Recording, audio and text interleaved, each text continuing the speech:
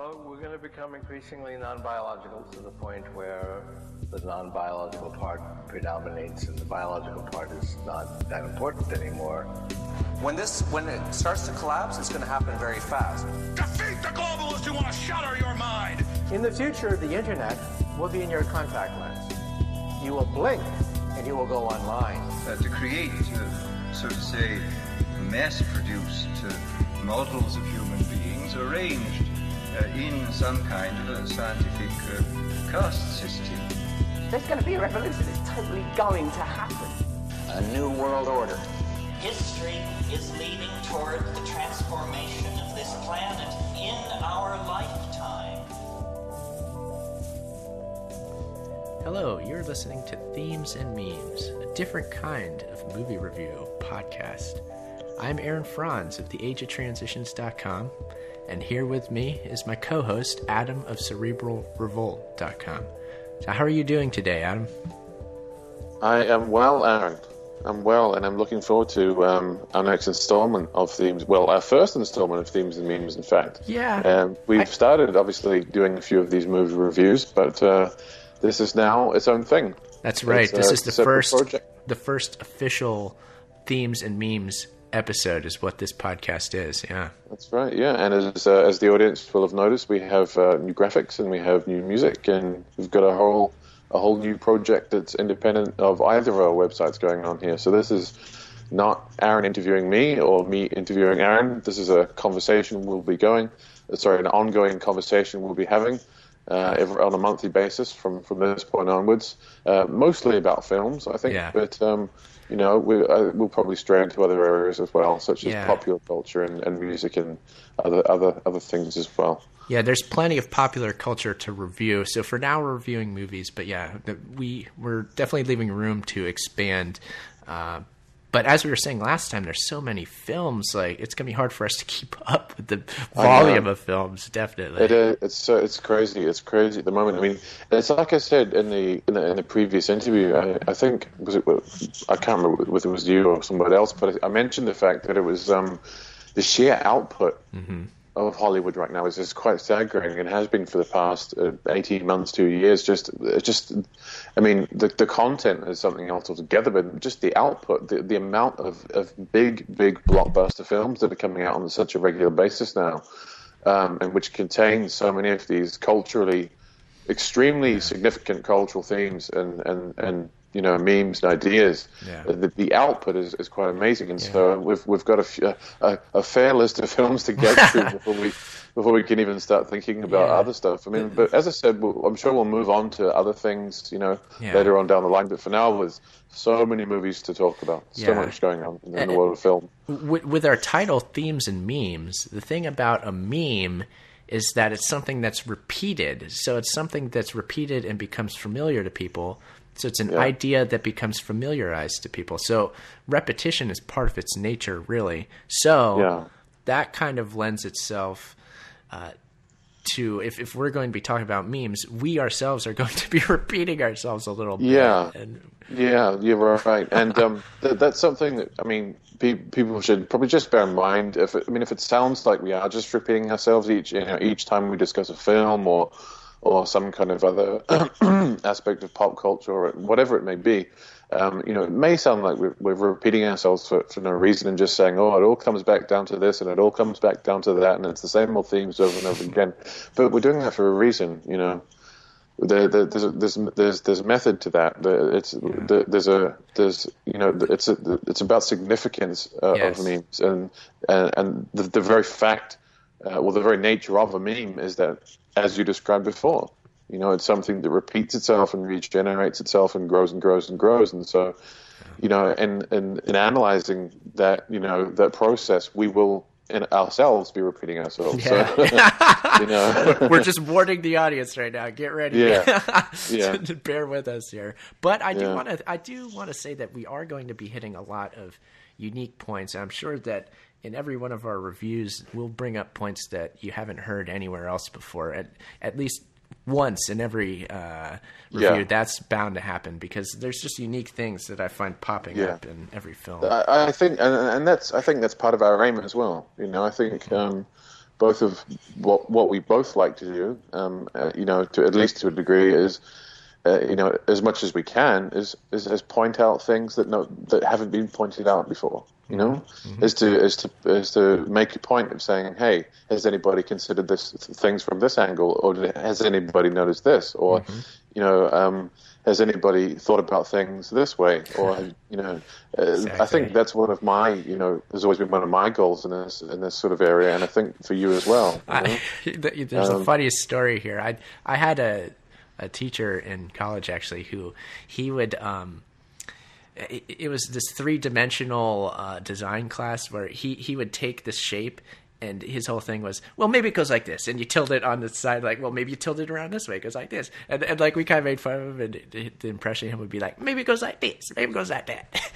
But that's exactly what we end up doing, and I find myself like doing the same thing as that now, so it's just kind of funny. I don't know. Yeah, it's good. It's kind of funny. Yeah, the whole thing has got a bit of comedic side to it, and I was almost tempted to make a sort of comedic style music to go along with it, but I decided to go for something a bit more mysterious, with a bit more intrigue and mystique evoked by the music rather than comedy.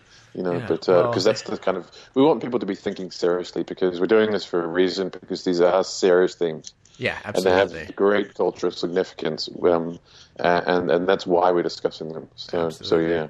Absolutely. Well, without further ado here, why don't we get into the movie review for today? What movie are we going to review today? We will be reviewing the film Elysium. Now, I'm not sure how many people in the audience have already seen this film.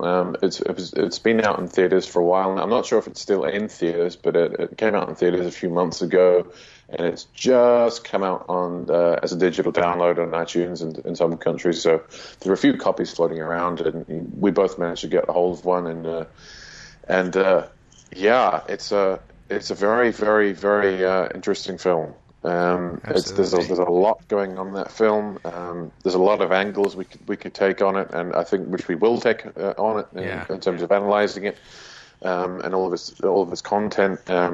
But it makes, to me, that film makes some pretty serious statements about the future of humanity. Absolutely. And I think that's the discussion we'll be having for the next hour or so, I'd imagine. Yeah, so let's start out by talking about a lot of the things that we are going to end up repeating ourselves, surely, because you've got the transhuman themes, the merge of man with technology, predictive programming elements for what we should expect in the future in terms of like sort of revolutionary turmoil, things like this. Yep.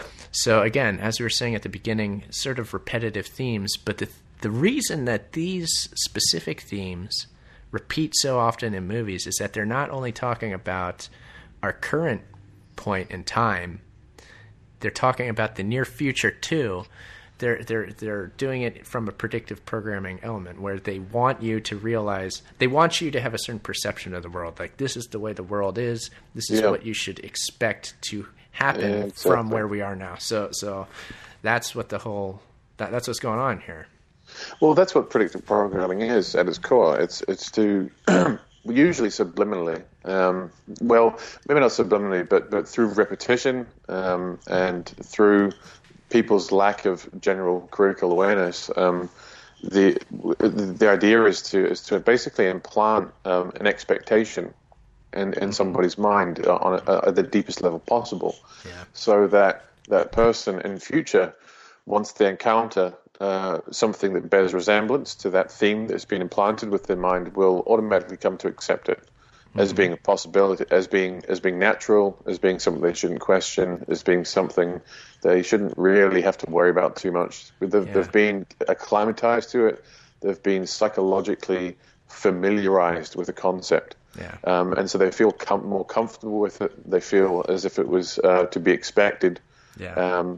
And it feels almost like a natural progression to them. And so that is what predictive programming is at its core, and that is what a lot of what we'll be talking about today. Yeah. Well, right from the beginning of the film, I noticed a few concepts in this vein of predictive programming that were hit immediately. You've got the idea of overpopulation and of rampant pollution right from the beginning.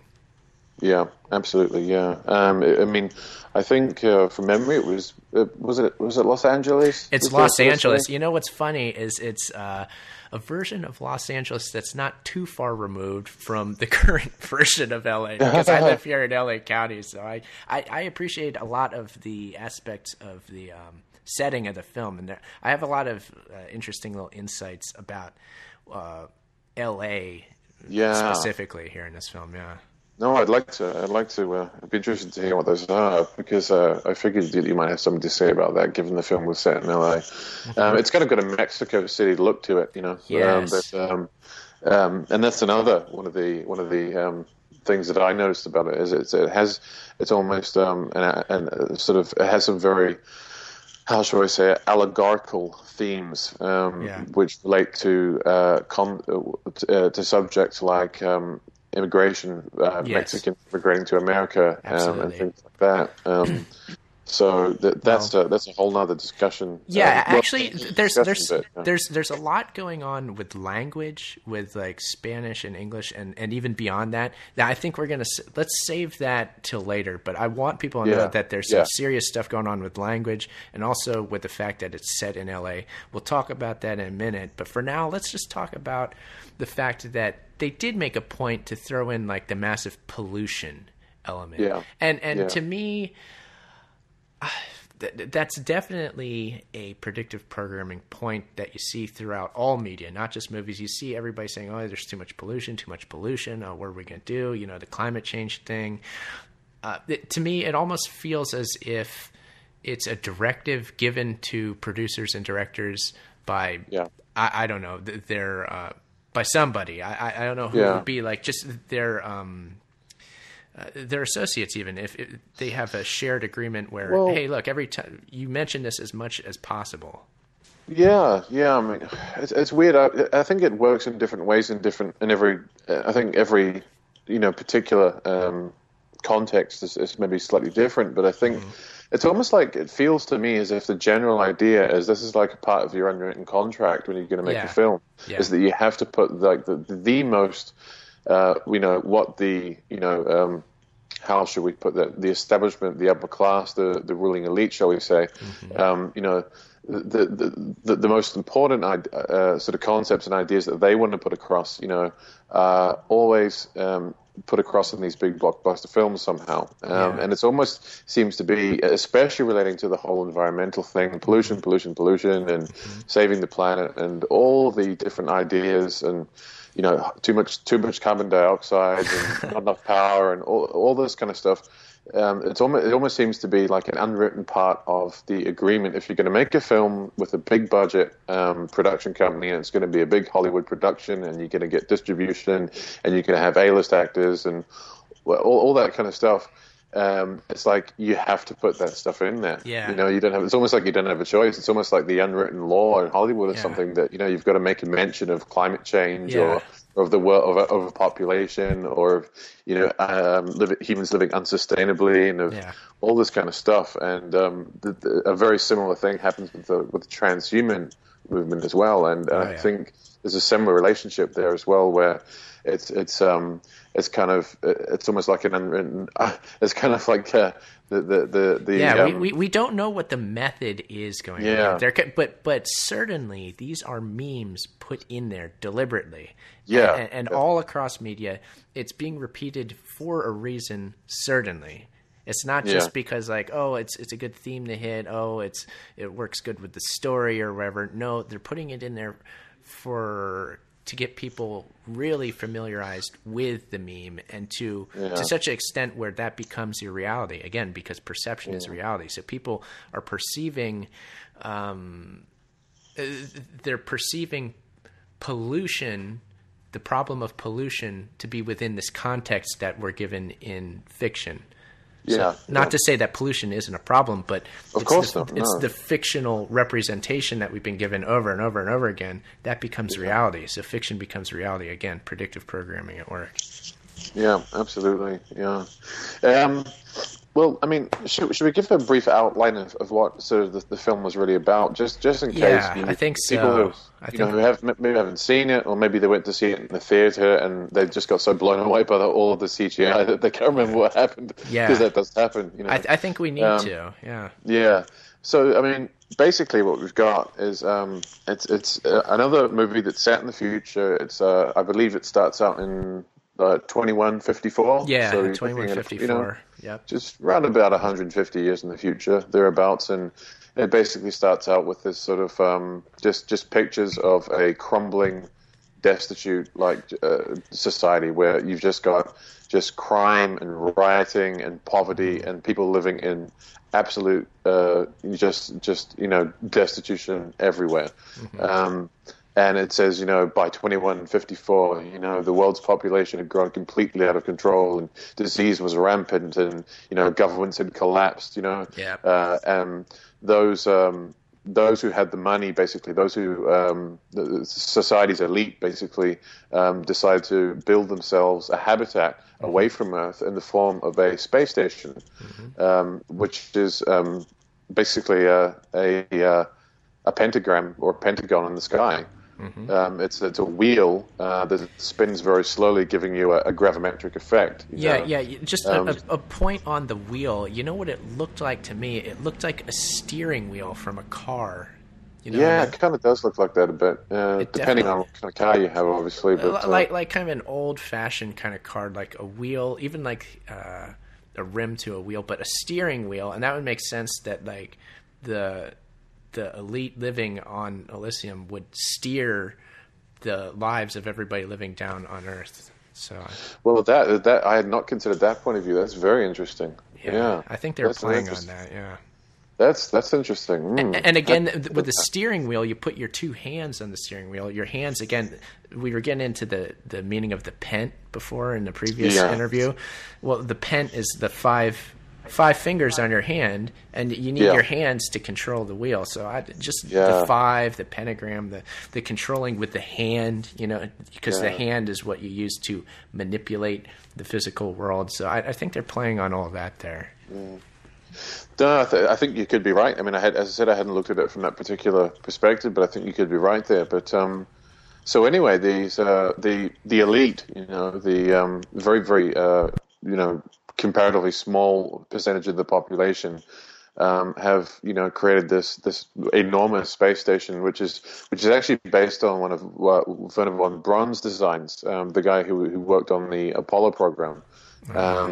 This was his idea, and which also was presented in the film 2001, The Space Odyssey by Arthur C. Clarke. So it's kind of like a throwback to that old science fiction era, in which I think we're seeing more and more of today, sort of a mix of the old science fiction films from the 70s, or at least science fiction and scientific and space-bound type themes from the 60s and 70s sort of being reintegrated back into modern sci-fi. But anyway, so this huge, enormous space station is so big that you've literally got whole parks and towns and cities and everything like that. An entire city just sort of living inside the rim of this spinning wheel, and it's spinning just slowly enough to create. I think it's Wernher von Braun's design was just like 7/10 of a G, so it wouldn't be like full gravity on Earth. It would be like 70% of the gravity you have on Earth. So it would be easier to live on, and your muscles would probably become weak. But again, we come back to the fact of transhumanism, because the citizens of Elysium, as opposed to the subsistence dwellers down on Earth, have access to incredibly advanced technology, which literally reatomizes their bodies, and can heal them, and they literally never die. They lie in this kind of this bed type, the hospital bed type thing, and this glass cover comes over it, and it literally will reconstruct atoms at an atomic level So any illness, any ailment, any decay of cells or anything like that, any injury, any type of disease or problem with the body, this machine will fix like instantly. Within about 10 seconds, it's gone. And it shows you. There's even a scene in the film where one of the bad guys, which we'll count later, one of the bad guys, literally gets half his face blown off by a grenade. And he just dumps into one of these machines, and within 15 seconds, he's got a brand new face again. Yeah. It looked no scars, no nothing. It's brand new, and it's so you've got that whole idea of the life extension, life extension, and of also of being physically enhanced somehow. That isn't so much. Talked about in the film as such. Sorry, they play with the idea, but the main transhuman idea is that of life extension, and how the appearance of life extension necessarily brings with it the problem of a huge social rift, where you can get the elite who have access to technology, and then everybody else who doesn't. And really, the whole point of the movie is, well, what do we do about that problem? How do we solve that problem? The problem of inequity in terms of life extension and genetic therapies, all sorts of advanced medical transhuman technologies. Yeah. Well, I do know that there are some companies out there who are trying to make this type of technology more affordable, because I have a friend of mine who actually works for a biotech company. Oh, wow. And has told me he's actually got devices at home he's brought home from work where he's showing me you can actually get a device now the shape of it, like the size of a cell phone, that will analyze and sequence and do all kinds of things to your DNA. It can actually, there are some smaller companies out there who are trying to do that kind of thing, but I don't think the grand plan here is to make that technology available to everyone. I don't think companies that try and do that will. We'll get very far with it, so. Google just recently kind of announced that they have a life extension program going, and that's recent news. I had not known of that at all until recently. I didn't know that either. They have a lot of partner companies like 23andMe, and these things are just all right across the street from each other, and up in Palo Alto, there, Silicon Valley. So. Oh, Silicon Valley area, Yeah, to me, all those installations, like you got the NASA installation, what is it called? The ARC, Ames Research Center is right there. Then you got Google right there. You got Stanford right there. They all work with each other. They all, work on the same project. So to me, it's just one big project, really. Yeah, no, I agree. And some people would argue with that and say, oh, no, it's all separate things, and it's all separate ideas and separate people doing their own thing, and there's all these different factions who've got different ideas about the world and who want to go in different directions, and there'll be a degree of that, there'll be a degree of that, but I think on the whole, I think you're right. I think in terms of the transhuman movement, the transhuman project, and getting these ideas out into the public sphere and getting people to accept them, as being an inevitable, thing that's going to come about in the future, basically. Well, I think it is one project, and I think that it's coordinated across multiple, public sectors and private sectors and public-private partnerships and all sorts of different, organizations, NGOs, you name it. I mean, I think you've got a lot of coordination, like you said before, all these different companies, in different areas, like the military, the sort of NASA, you've got Google, all these different parts of it's all the same. It's all the same thing. Exactly. Yeah. Because Google came out and admitted they work with the NSA. That was like 2010, I think, that they admitted that. They didn't say the degree to which that is true, but they just said that we help each other out. Basically, was the kind of the bottom line there. Yeah. And it's funny. The movie kind of plays on this.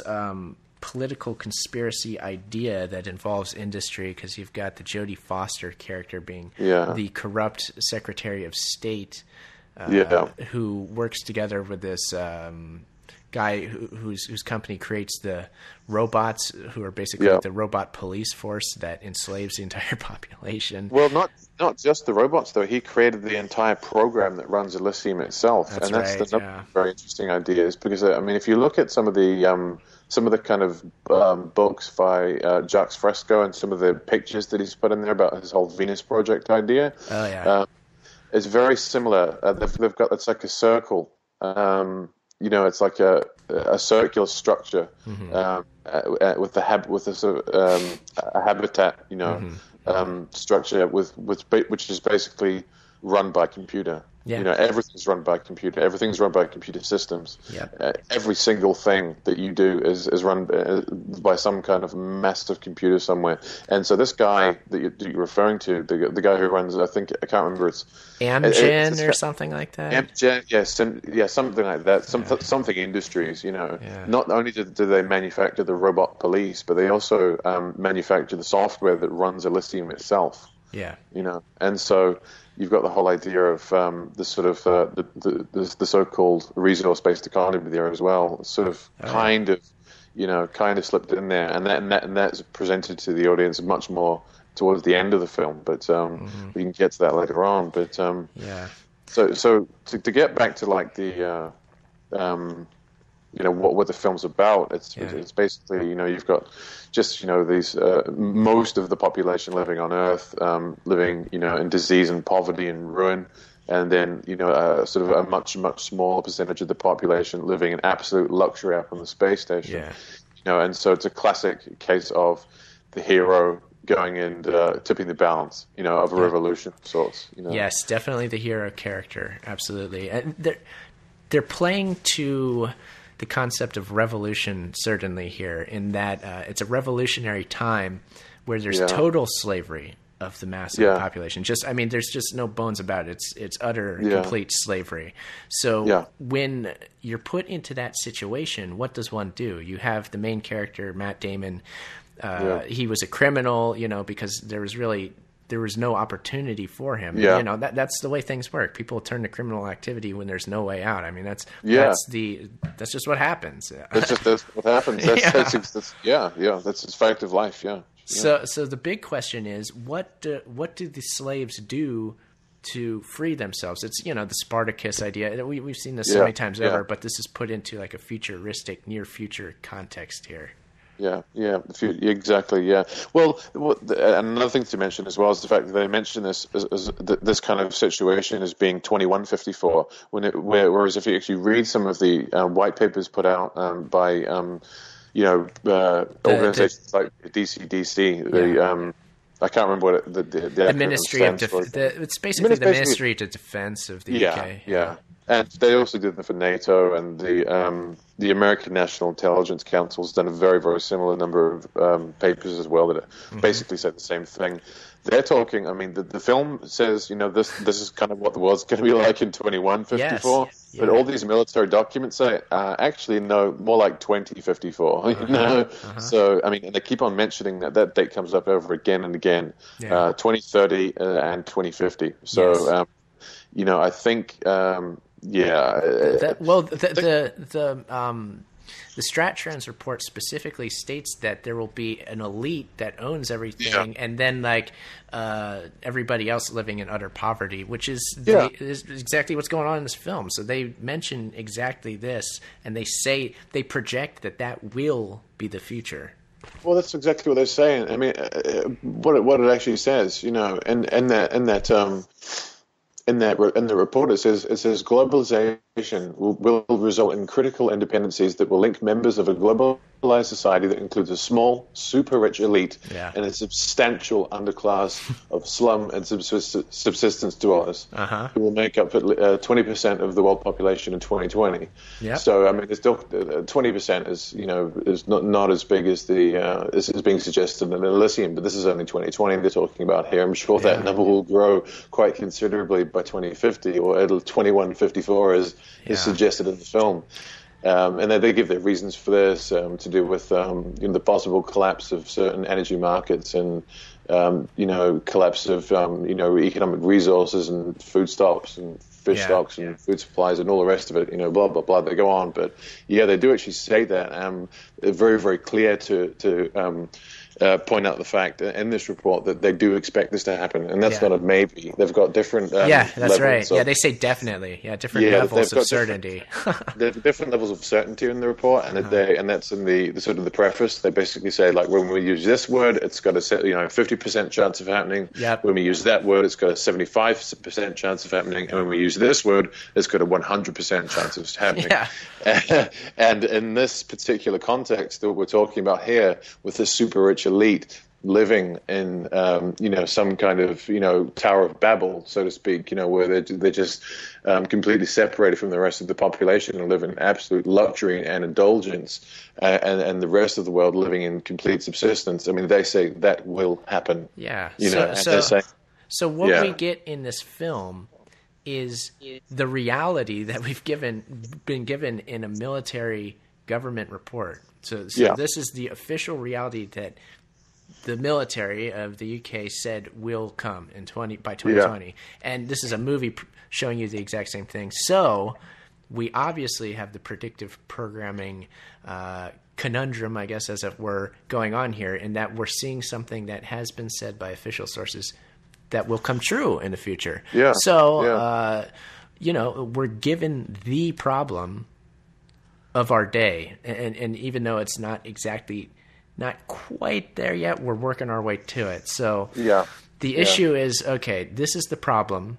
It's going to happen. We told you so. Now, how do we work out a solution to it? And that's really what the movie is all about. What are the solutions to this? And of course, it's a revolutionary situation where the proletariat, the masses, have to find some sort of revolutionary way to gain equality, to make sure that there's some equity going on here. There's not so much disparity between everybody.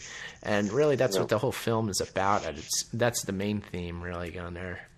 Yeah, and it shows you at the beginning of the film how the current, basically the only current effort to tip the scales in some way, or to at least bring about more equality in terms of healthcare and access to resources and things like that, is these Mexican gangs that do these kind of like it's kind of like, as I said, against like the sort of border jumpers that jump the what's that river Grande? The Rio Grande. Yeah, they're definitely playing into immigration big time. Yeah, definitely. It's like the proverb. It's like space or the atmosphere being the Rio Grande, and it's just got these sort of Mexicans trying to jump the border. Yes, and run by sort of a gangster who's got who's connected into all these different computer systems and runs these spaceship things and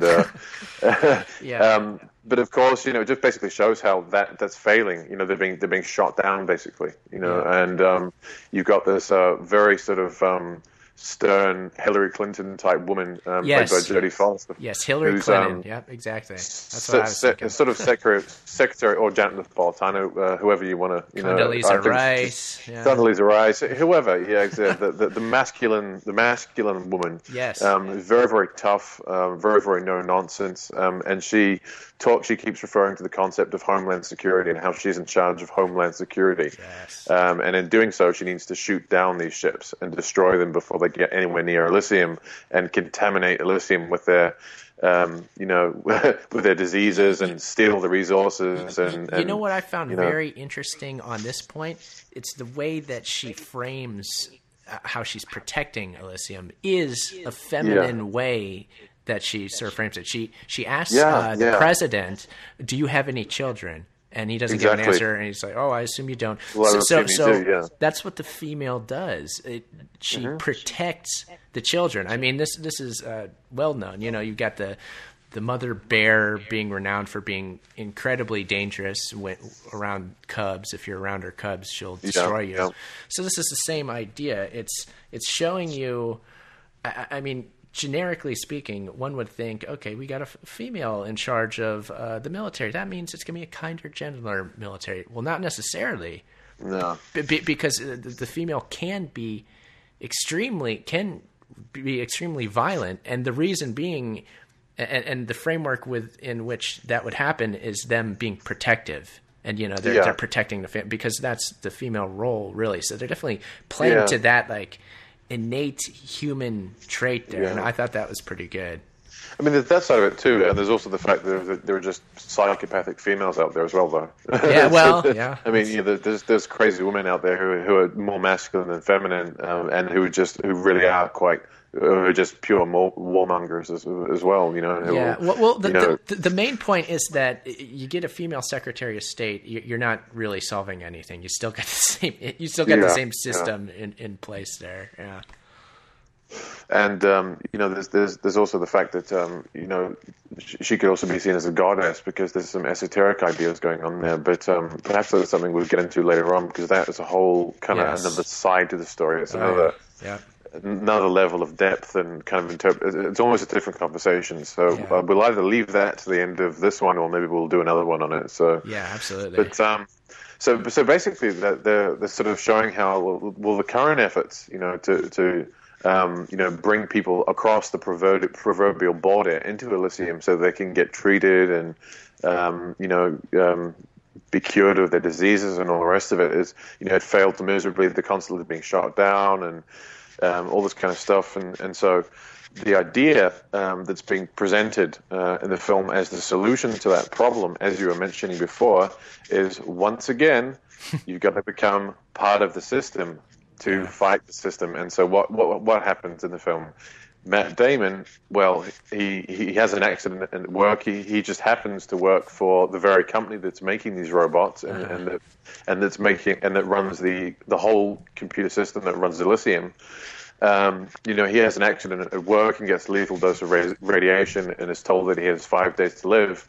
And so he goes to see his old boss, this gangster, this Mexican sort of gangster guy who's running these sort of refugees, across the atmospheric border up into Elysium. And he says, right, well, if you want to be cured, I can do it, but on one condition: you have to steal some data from me, for me, and by basically inserting a brain chip into the back of your head, and then going and doing a sort of a carjacking or a spaceship jacking, hijack basically, and take down one of these billionaires in their spacecraft, plug your brain chip into his brain chip, download all his data, so all his personal, sort of critical, crucial data, which could be used against him, which could be used to access resources or reprogram things or whatever, but the only way you're going to be able to do that, because you're dying of radiation, is if we fit you with one of these exoskeletons,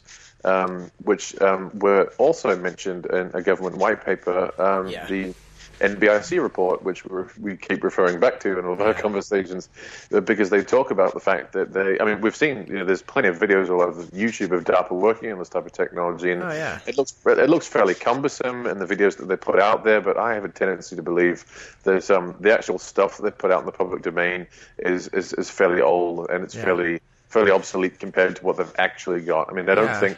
Well, the thing is that the videos of what they've shown on TV and whatnot looks a lot like what Matt Damon has in this film. It looks it's the same thing. Yeah. It's the same thing, just a lot more cumbersome. The ones that and sort of it's still in the experimental, developmental stages. Supposedly, I mean that's what DARPA say, and that's what they sort of present it as being in their little sort of YouTube clips and promotional videos. Yeah, the DARPA YouTube channel has videos of all this stuff, basically. Yeah, that's a pretty good YouTube channel, actually. Yeah. So I mean, people can go and watch that, but I mean, I personally tend to believe that why would the military's top research and development department give away their secrets? Why would they show you how far ahead they are? It's going to tell you that they're weaker or they're less capable than they really are, because that's the whole point of warfare and of military strategy is you don't know at the end. You know exactly what weapons you've got, and how far along you are with them. You mislead them into thinking that you're not very strong or you're not very powerful, and in this context the enemy is the public in many ways. So they're not exactly going to tell the public exactly how far along they are, because that would be basically giving away their secrets. Exactly. Well, you've got the national security excuse too, and that. Yeah, of course. National security, always. That works for intelligence as it does military as well, and the two feed into each other, of course. That's the point I was going to make. Yeah, exactly. Yeah, that's right. National security. It's always about that. But yeah, the solution to the masses' enslavement is for one of those slaves, I'll mention just one of them, to become the hero character by becoming merged with machinery so that he becomes stronger and able to fight the machines on the other end. So you have to, again, fight fire with fire, like I was saying last time. You see this in every movie. You're given this like huge technological problem like an AI or whatever. In this case, Elysium, it'd be a ruling elite that has access to these life extension technologies, and they also have an army of machines, droids that are suppressing and just totally enslaving the people. They're using them for that purpose. How do you fight that? Well, you become it. That's exactly what's going on. Yeah, and it shows you that in the film. When you first get this exoskeleton installed or fitted, rather, this guy, the Matt Damon character, who would otherwise be sort of weak and sort of lying on the ground dying of radiation, is literally ripping robots to pieces. Because he's got the power of the exoskeleton.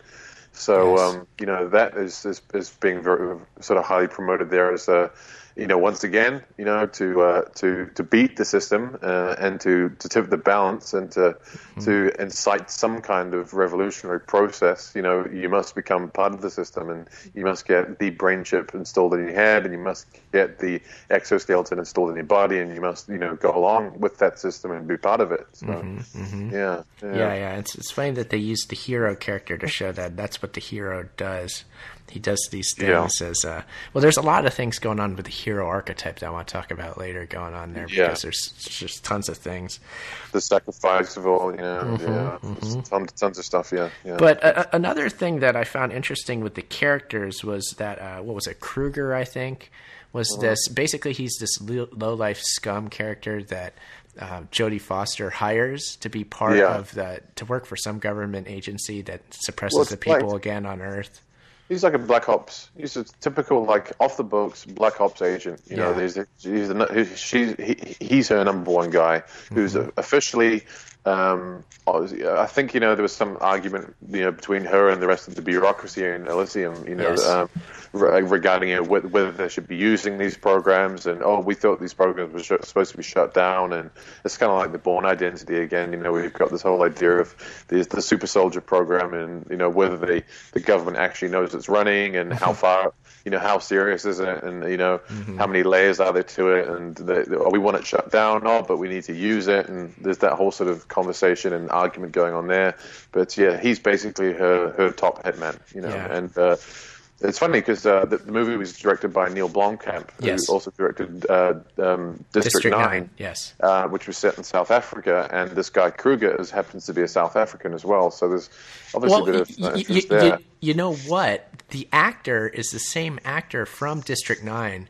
The role that he plays, the role that he plays in District 9, I feel it parallels the role he's playing here. It's almost the same. It's like different aspects of the same idea, these two characters.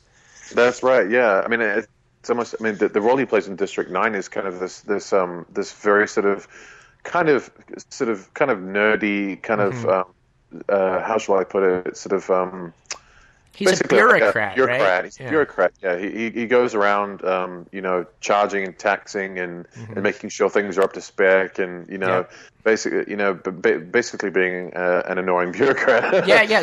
So he plays a little tool of the system. Like a little minion, who's sent out to do the dirty work and fill in the papers and charge people and tax people and make sure this is in order and that's in order and all the rest of it, and then sort of enforce certain policies. And on a sort of, with his military backup behind him, and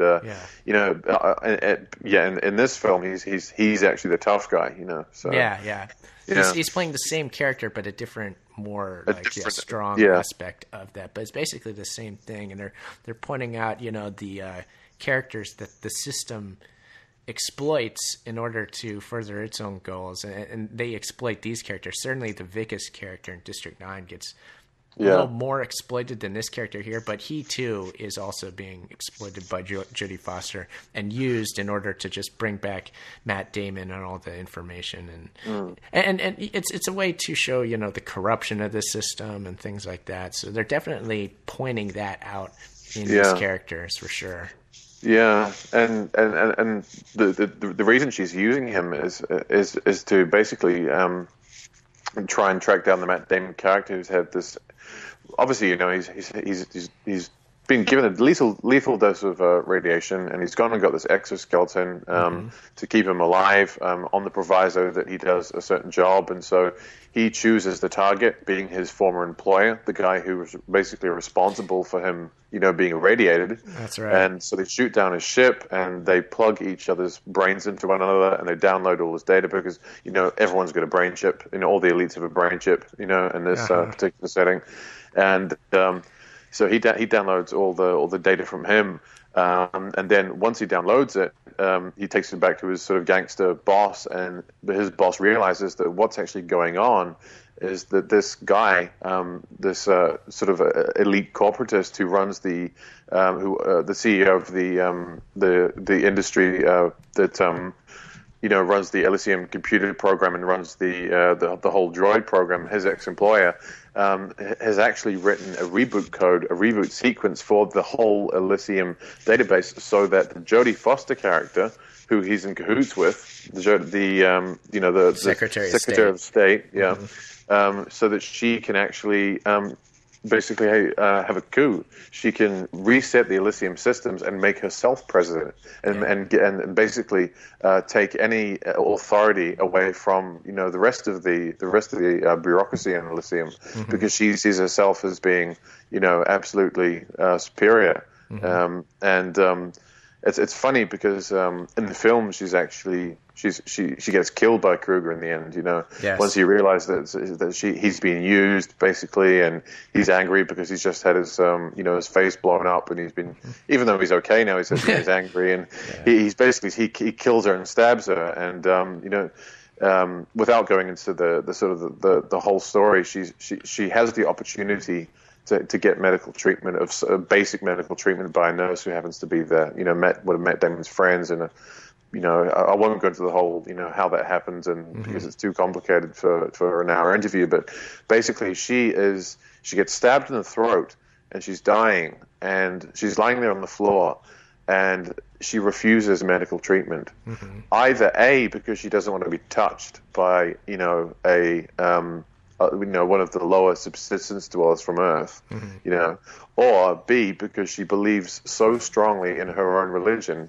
You know, but basically what it is, you know, and we'll get to that, you know, later on, the sort of religious, esoteric, mythological concepts within this film. She believes so strongly in it that she's willing to die for it. Yeah, you know, so that's a very interesting theme there. You know, that is the whole sacrifice of the goddess. You know, and we could go in a million different directions on that subject. Yeah, but, well, I'm thinking we're gonna have to do. What we'll do is we'll make this 2 separate shows. So this month we're going to be talking about the Elysium.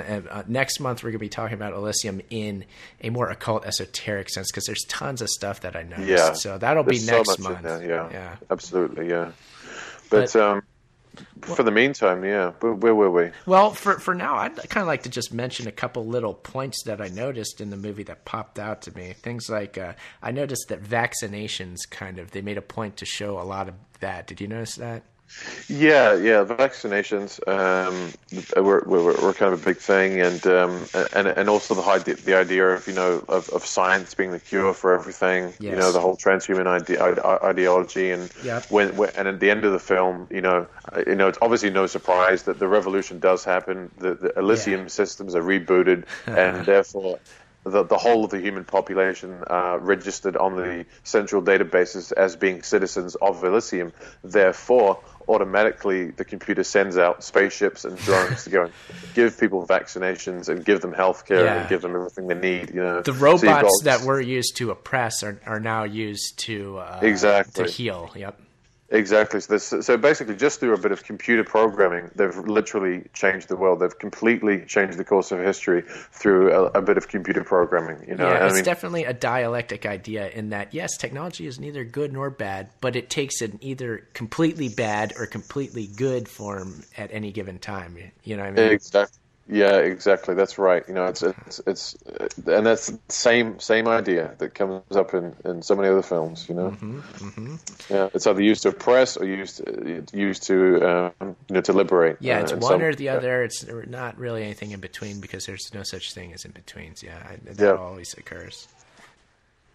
Okay, so we're getting towards the end of the hour here. So I think what would be best is if both of us just point out things that we noticed in this movie so that people might be able to go back and see for themselves. Just make some quick points here.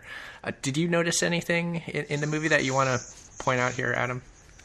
Yeah, I mean, there's lots and lots of little things, but I mean, I guess just to rattle off a few points. I mean, again, one thing I mentioned earlier on is sort of the throwback to the 70s sci-fi era and some of the ideas that are coming back and being incorporated into modern sci-fi, and in a lot of the in a lot of the scenes in Elysium, you have basically a robot offering a pill for everything, and the whole idea of a drug population, where the pill doesn't actually do anything to really cure you. It's just to basically, to keep you pacified and out of pain and just sort of manage the symptoms rather than actually cure you. So the whole massive expansion of, a sort of, pharmaceutical slavery and all of those ideas. You've got the guy, the protagonist, Matt Damon, who works for the robot factory that makes the robots that enslave him, which is just like the film. The film George Lucas did, THX. Oh, 1138, yeah. 1138, yeah. So you've got the same thing there, where the protagonist is working for the robot factory. He's making the robots that enslave him. You know what I mean? Mm-hmm. And in that film, you've also got the same idea of basically a sort of a computerized system, just dishing out pills for life's for every single problem that might come up in life. To sort of pacify people and just manage their symptoms rather than actually curing them. Mm-hmm. So you've got that whole sort of idea as well.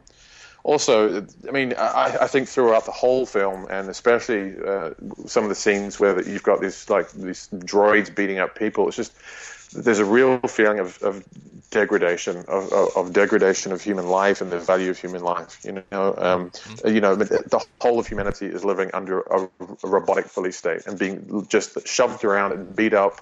I mean, Matt Damon gets his arm broken by a droid just for making a tiny little joke.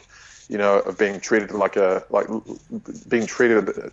dehumanized by machines, completely dehumanized by machines. Being treated like an animal, being herded around like cattle. You know what I mean? Mm-hmm. And that comes up, constantly throughout the film. Yeah, constantly throughout the film. So yeah. Well, on the robot line, I noticed UAV drone, sort of surveillance drones. They were obviously in the film. Yeah. The police were using lots of drones. Yep. Lots and lots of drones, yeah. So that parallels the news story of our day, obviously throwing that in course. there. Yep. Yeah. I mean, it's funny that you should say that because Neill Blomkamp, the director, he was interviewed on film, and he made a comment basically talking about how people are always asking him about his predictions of the future. People saying, what kind of predictions are you making here? What kind of comments are you making about the future? And he basically keeps saying to people, look, I'm not talking about the future. I'm talking about right now. Yeah. This film is about right now. This film is about today. Do you not see that? That's what he actually says that in interviews. Yes. So that ties into what we were sort of talking about before about how this whole scenario is portrayed as being in 150 years' time, whereas the military, basically see it happening very, very, very soon, a lot closer than that. And the director himself is basically saying, well, actually, it's already here. Maybe not in the exact same form, but we're at that stage already. At least on one level, on the way we think socially and philosophically, and the split between humanity, between an ultra rich elite and a huge population of subsistence dwellers. So it's funny that he should say that. And lots of little. I mean, there's tons of little things that people no doubt pick up, like the CEO of Armadine Corp, is called John Carlyle, and the sort Carlyle of Group, yeah. Carlyle Group, of course, who are, massive financiers of the military-industrial complex. Yep. It's an international organization, too. An international organization, which is almost, they do a whole bunch of different things, in terms of investments and venture capital and stuff like that. But basically, they're most well known for being, involved in the military-industrial complex. Yes. So, it's interesting that he didn't. I don't think he chose that name arbitrarily. No way. Yeah. I noticed that too, and I'm glad that you mentioned that. Yeah. Another thing, sort of with names, I noticed that one of the rifles that they use, it says CHEMRAIL on the side of it. It says CHEMRAIL. It's written right in text on the side of the rifle, CHEMRAIL. And obviously it made me think of chemtrail because it's just missing one of the letters in there. So I just wondered if they were trying to, get the viewer to think chemtrail when they see that. I don't know. Yeah, who knows? I mean, it's interesting though. I mean, purely due to what Neill Blomkamp has said, and due to the amount of symbolic, allegorical themes which relate to the times we are living in right now and will be living in the future. I think that was probably put in there on purpose. For whatever reason. And obviously, we can't prove that was done, but to try and elicit the idea of a chemtrail in someone's mind. But I mean, it seemed deliberate to me because it's just so similar. It's just one letter off. That's it. Yeah, just missing a T. Yeah. And that's also, the whole idea of chemtrails, being used as a soft kill bioweapon as well, not just for climate engineering, but as to bring, to reduce population as well. I mean, that is the theories of why the geoengineering programs are in operation, and I tend to believe there might be a bit of truth to that as well. And so you've got the whole idea of the chemtrail being used to kill off some of the population, and then you've got the gun being used to kill off some of the population as well. So both are methods of control, methods of depopulation in their own separate, unique ways. So perhaps there is something to that. Yeah, there might be. Another thing I noticed was a theme of decapitation. I'd like to talk about this more in the esoteric side in the second hour next month too. But I'll just mention quick here that I noticed at least 3 points where there was decapitation, and it seemed to be a deliberate theme put in there. Yeah, you're right. That did happen a number of times in the film, and I'm sure we can talk about the significance of that later on. Yeah. Mm-hmm. What else did you notice? Is there anything else? I'm just trying to think. I mean, there's so many little points, and the thing with a film like this is that there's been so much attention to detail in terms of allegory, symbolism, and all the rest of it that every time you watch it, you're going to pick up something new. It's like The Matrix. Every time you watch it, you're going to notice another sort of allegory or another little tie into something or another little message that's been embedded somewhere. So there's so many of them, and there's probably some that I've noticed but have forgotten. But in terms of little notes, I think that just about covers it for now, and we can always bring up other stuff later on. But I think one of the main things I'll just come back to is just the idea of the predictive programming element in terms of the degradation of human life. The total dehumanization of human beings under a computerized. Well, they didn't say it's an AI system, but it's fairly close. It's a computer that runs everything. Mm-hmm. That runs everything. So and if human beings basically being treated like cattle, and of the director of the film saying this film is about right now. Yeah. So people can think about that. I think that would be a good note to finish on at least for this hour. Definitely. Well, you've been listening to Themes and Memes, our new podcast. I hope that all of you will subscribe, and you can find these podcasts posted to our respective websites. My website would be theageoftransitions.com, Adam's website being cerebralrevolt.com. We'll be posting these podcasts to both our websites. Please listen. We'll have YouTube channels, be posting it there, and, spread the word and help us out. What do you say about that, Adam? How do you feel about the podcast? Yeah. I'm happy with it. I think it's good, and I think that we're only just getting started here. I think there's a whole other world of ideas to explore. Well, we're going to become increasingly non-biological to the point where the non-biological part predominates and the biological part is not that important anymore. When it starts to collapse, it's going to happen very fast. Defeat the globalists who want to shatter your mind! In the future, the internet will be in your contact lens. You will blink and you will go online. To create, so to say, mass-produced models of human beings arranged in some kind of a scientific caste system. There's going to be a revolution. It's totally going to happen. A new world order. History is leading toward the transformation of this planet in our lifetime. Hello, you are listening to Themes and Memes, a different kind of movie review.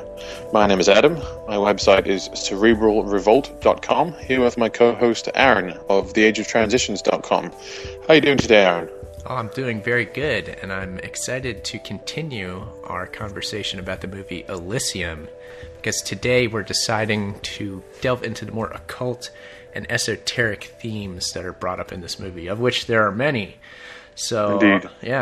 Off the bat, do you have any that popped out to you?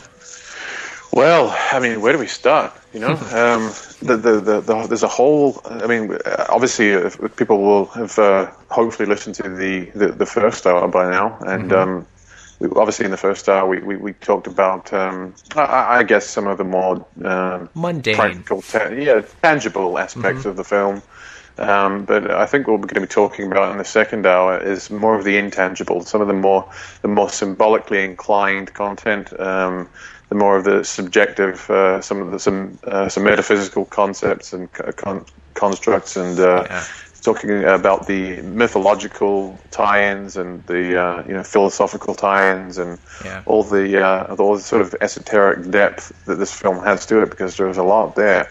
And I think most of it, to me, and I think people who have seen the film and who know about this stuff, and I think you yourself will probably agree that most of the mythology or the mythological sort of themes in this film revolve around Greek mythology, or at least Greco-Roman mythology, and the religions, cults, and mystery schools of that day.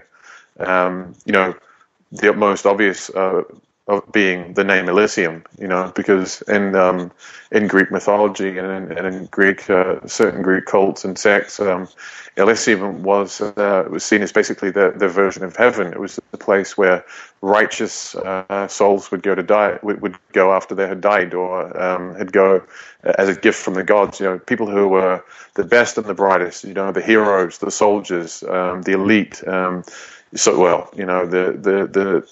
so-called elite, anyway. Those who had achieved greatness on Earth, those who had ascended, those who had done great things, those who were worthy of joining the gods, would go to the fields. They used to refer to the fields of Elysium. The Elysian fields, yes. The Elysian fields, Same thing. Being a sort of a paradise for those who had achieved well on Earth and who had done well for themselves. And so we literally have a literal version of that having been constructed. We have a heaven, and basically a heaven being constructed by man. Being constructed by the elite of human society for themselves. They actually realize it's within the heavens of space. Yeah, it's within the heavens, exactly. With the stars. So I think most of the sort of the symbolic and esoteric content in the film revolves around that type of Greek mythology, and there's plenty of little examples that we can cite throughout the conversation. Yes, absolutely. That lend credence toward that idea. So, I mean, what sort of things did you notice, Aaron, in that vein? Well, absolutely. I'm glad that you mentioned Greek mythology, and we'll point out a lot of those. I think to begin with, I'd like to mention language, and you've got the Greek language here, and you've also got the Latin language. So I think they are hearkening back to ancient Greece and classical civilization, and specifically Rome here, because in the Roman Empire, the official language was Latin. So all the people spoke Latin. However, the elites within Roman society spoke Greek. The educated intellectual elites spoke Greek. And their whole civilization was based on the past Greek civilization. It was modeled on that, and even all their mythology was just copied and altered through name only, really.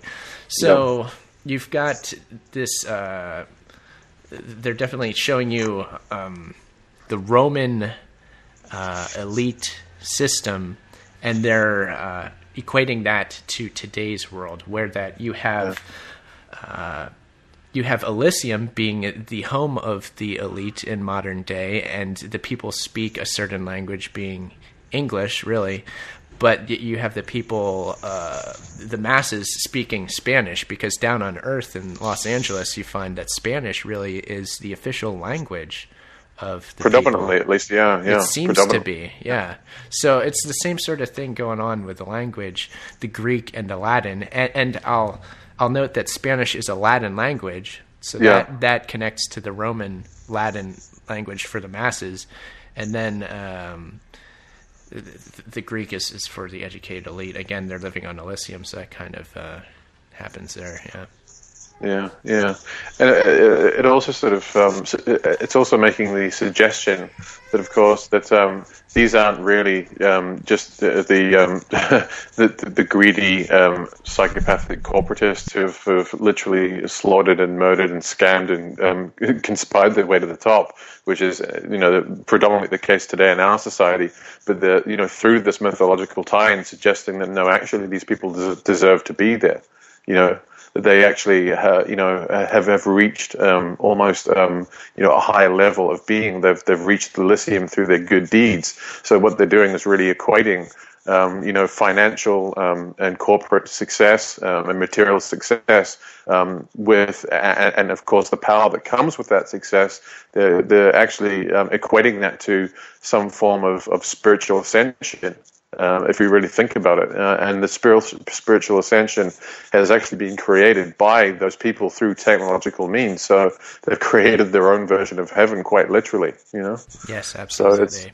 So it's very interesting. Another point from Greek mythology, classical mythology here, that I noticed was one of the first times that you see the regenerating medical table thing that everybody has in their home on Elysium. There was an emblem on the side of it that was Medusa's head. Yeah, that's right. Yeah. So you see Medusa's head on the table from the very beginning there, and there's a lot going on with symbolism of this. This ties into the theme of decapitation, which I mentioned on the previous podcast.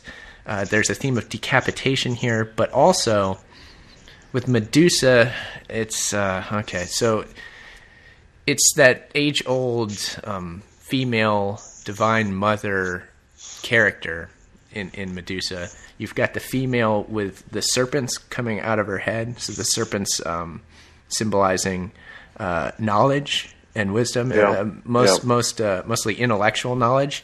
Mostly, And this ties into the same Old Testament myth of Eve being tempted by the serpent, so the same serpent. Tempted by knowledge, tempted by knowledge. And, of course, this healing technology is the outcome of that quest for knowledge and, the taking the forbidden fruit. It's all the same thing. So the quest for immortality as well, because that's what... That's what these machines essentially do. Is they make you immortal, they make you ageless, which is what the whole mythological idea of Elysium was. It was the afterlife. It was the place where you would become immortal and you would never die. You would live on forever, and that's exactly what these machines allow for the elite in Elysium. They allow them to live on forever. Yep.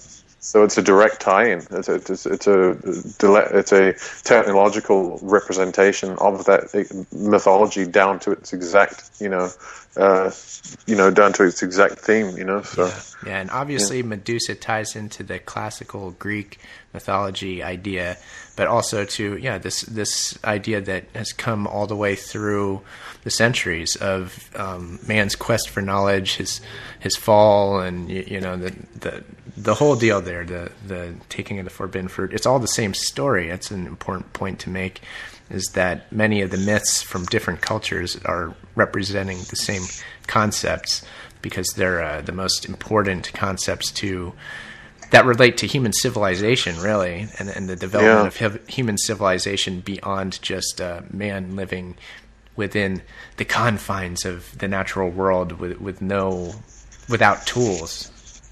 Yeah, that's right. Mm-hmm. Yeah, I mean, there's so many little nods, to Greek mythology within this film that it would take hours to list them all off. But I mean, it's hard to know where to go. But I mean, even just small things that I picked up on, which were quite interesting. For example, we talked about the character Kruger, the hitman, the assassin, in the previous hour that we did on this, and he's basically employed by the Elysium government on a sort of a covert black ops basis, and is supplied with military craft, that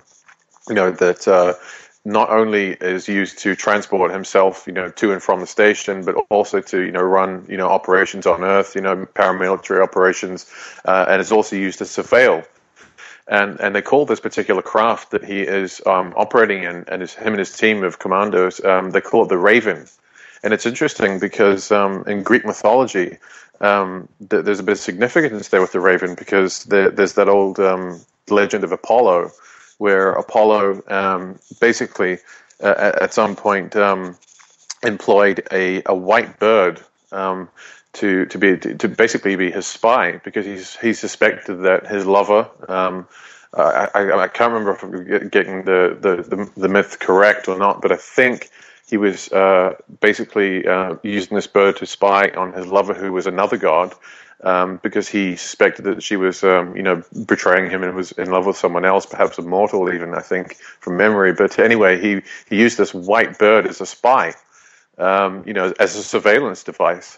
And eventually, when the bird returned to Apollo, so according to Greek mythology, and told him that, yes, in fact, your suspicions were correct, your lover has been cheating on you, Apollo, the sun god, flew into a rage and scorched the bird black.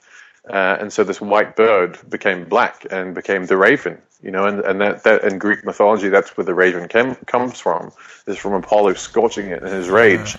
And so you've got the whole idea of this craft being a surveillance device, and of also having, ever since, the legend of Apollo, the Raven has become a symbol of death and destruction in many different cultures and religions, and other sort of traditions, metaphysical traditions at least, the Raven is often viewed as a symbol of kind of a harbinger almost, of death or of destruction or of bad things, basically. It's definitely the Raven and just all blackbirds like crows and all that are crows and blackbirds, death symbols, and that's definitely true. Death symbols, yeah, absolutely. That's very prevalent in alchemy, yeah. Absolutely, yeah. And so you've got the idea of this, the assassins, using this craft called a Raven, and again, the tie-in with surveillance, because there's quite a focus on throughout the film with this craft having high surveillance technology and having a whole fleet of drones that it can send out and spy on people, and it's the Raven that manages to eventually find the sort of fugitive Matt Damon who's trying to evade them, and they eventually find him with the drones of this Raven. So it's almost like a replay of the story of Apollo again, and in some ways. Apollo is the sun god, and there's also lots of sun god and hero symbolism going on in this film too. Yeah, what type of things did you notice in terms of the sun god type archetypes? They had Matt Damon obviously playing the hero. He was embodying the hero archetype, quite obviously. But more than that, the sun god. The sun god is always the hero archetype. Yeah. It's the Hercules, Jesus, all of these various characters who embody the sun and the solar power. Yeah, the power of the sun, the solar power. Mm-hmm. Yeah, and we talked about that in Cloud Atlas as well. And this is one of these themes that keeps coming up again and again. Throughout history and even in the present day. The symbolism of the sun, especially behind somebody's head. Yes. like Jesus at the halo, and so many other examples. Yeah. What's interesting in this movie is Matt Damon, while he's at work in the factory. The Max character in this, one way that they show him as a hero, and specifically the sun god hero, the hero that has the power of the sun within him, I think is seen when he has his accident at work. He's working in the factory and goes in the machine, and he ends up getting irradiated. So he gets this lethal dose of radiation, and that's what sets him on the course of action throughout the movie. But just the fact that it's radiation that is infused him. I mean, that's what the sun is. It emits... It's radiation, yeah. Yeah, it emits radiation. That's its power, which is the power that gives life to the planet, but it's also an extremely strong power that can also be dangerous, too. It just depends on the frequency of the radiation. I mean, a radio frequency is radiation, but it's not necessarily damaging. It can carry information, but, it depends on the frequency. Like, anything upwards of the gigahertz or the terahertz, can be extremely damaging to you. So it depends on the frequency of the radiation. So it's not a bad or a good thing. Yeah. But well, there's definitely. I mean, he could have been crushed by a machine and had a machine arm replaced with his old arm or something like that. But they chose him to be poisoned by radiation. I think that was specific because he's the sun hero character. I think they did that on purpose. Yeah. There's also the sort of tie-in with the whole idea of Apollo as well, being the sort of the Greek god and the sun god, and his boss, the CEO of Armadine Corp, possibly representing something along the lines of Apollo and scorching him. As I sort of mentioned, there's back to when we were talking about the whole idea of the raven. Mm-hmm. I mean, I'm not sure if there's anything to that. I mean, maybe I'm way off there. Maybe I think your interpretation of that's probably closer to what they wanted to get across, but there are multiple ways you can interpret that, and I think there are different many levels of significance there, possibly. Well, the character Kruger, who pilots the Raven, or he comes from the Raven at least, in their battle scene between the Max character, Matt Damon, and Kruger, this final showdown that they have, the bad guy Kruger tells Max, he says to him, "You've got some fire in you, boy." So he says, "You've got some fire in you." So there it is. He's got fire in him because he is the hero. He's the sun god. He's got the radiation in him, right? That's why he's dying. Yep. He's got fire in him. So I think that's what that was about. And of course, what always happens with the sun god? The sun god must be sacrificed. Correct. Yep. Exactly. Yep. And that's exactly what happens, because if people have watched the film, will know that. And I'll just explain this. What happens is, as we explained in the first hour, he does this data heist. That's what they call it. He downloads the information from the CEO of Armadine Corp's brain chip into his own brain chip. And however, what's happened is that the CEO has basically encoded this information lethally, basically, so that whenever it is activated or downloaded, it actually kills the person who basically is feeding that data back into the computer. So if you have this information in your head, once you actually access it and once you actually put it into action and then do the whole reboot sequence, which was the whole revolutionary concept or revolutionary act in the movie, the actual person who holds that information dies. So you've got the whole idea of the sun god, Matt Damon, sacrificing himself for the greater good, so to speak, which is the classic hero archetype, what's interesting, even, the Jesus character embodying the hero, the solar hero, it's this idea of this solar power, which is kind of a spiritual power that's beyond the material even, infused into a material vessel being the human body. And the human body, and in so doing, carrying this spiritual fire power, that hero enlightens the world and saves the world. But the fire is so strong, it's such a potent force that the material world can't hold it in without it burning up the material. So that's the whole idea of the hero having to be sacrificed, because he has this spiritual power that is too much for the world, even. So yeah, that's right, and it's he's told by like a Catholic nun at the beginning of the film. It shows him growing up in this, like a favela, like a destitute, neighborhood in Los Angeles. It shows him growing up with this Hispanic Catholic nun. And she's basically explaining to him that you may not make it to Elysium, but you're very special. You're destined for something great, and you've got something very special within you. So that you have that whole idea of him, having the fire inside of him and being a special person. And you notice throughout the film he keeps on saying the same thing. He's like, I'm not going to die from this. I'm not going to die. I'm going to survive, Mm-hmm. So it's like that fire again. It's that, like, I'm not going to let them beat me. I'm going to keep going, even though he does perform the ultimate sacrifice in the end for the greater good. Apparently, he's still got that whole idea is presented to you over and over again of, he's not going to be taken down. He's not going to be stopped. He's going to stop at nothing to achieve his goals. He's going to do it. He's got the fire. The solar power of Leo. A lot of the esoteric interpretations of the Leo zodiac sign. It's all about that. It's all those qualities of, like, you have that ambition that cannot be stopped. You have the fire in you to achieve anything. Courage. And of course, we could go into the symbolism of Leo, the lion, the sun, and how the lion has always been associated with the sun and esoteric mythology. But that's so something else that's important with Matt Damon's character is his name is Max. So this is a Greek name. It's I'm assuming it's short for Maximus. It could be Maximilian. Maximus, that's right. Maximus. Clearly a Greek name. So here, not only do we get the tie back to the Greek language, classical society, and the fact that his name is a Greek one would equate Matt Damon's character with the elite. So he's obviously, being the son hero character, he's an elite person, even though he comes from humble beginnings, just like all heroes do. They come from the humble beginnings and then they rise up.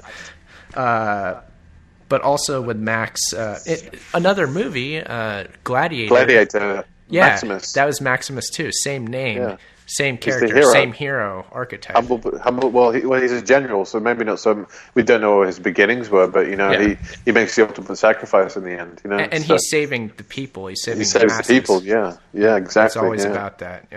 Yeah. Yeah, so it's all about the hero dying for the sins, or dying for the betterment of all mankind who are just like you slaves. and the Matrix. Mm-hmm. Yep. And basically every other film that has a hero.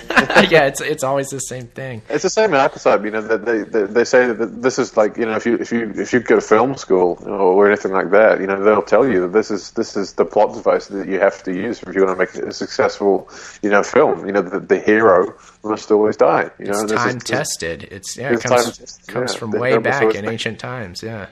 Hero must always make the ultimate sacrifice at the end of the story, at the end of the saga. The hero must always sacrifice himself for the greater good. It's like a rule in film and in drama and fiction. And it has been for so long now. At least since since Christian times, and then probably before as well. For the whole idea of the different sun god and sun cults that existed beforehand, but most especially with the Jesus figure. So yeah, absolutely, definitely put theme. Yeah, and then I guess it's good to return to the whole Greek and Latin language thing, and you've got the concept of Rome tying in here. We see in this film, Los Angeles is the main setting, really. Los Angeles is where the masses who are slaves are living. They live on Earth in Los Angeles, and then we have the elite living up on Elysium. And of course, there's the language gap, with Spanish being the language of the slaves, and then English being the language of the elite, similar to the language divide in Rome. However, with the setting, I think they're doing the same thing with the setting here, because to me, LA, okay, we get LA is where the slaves are, but Elysium itself looks like LA does today, like the nice parts of LA. You know, it looks like your Beverly Hills area.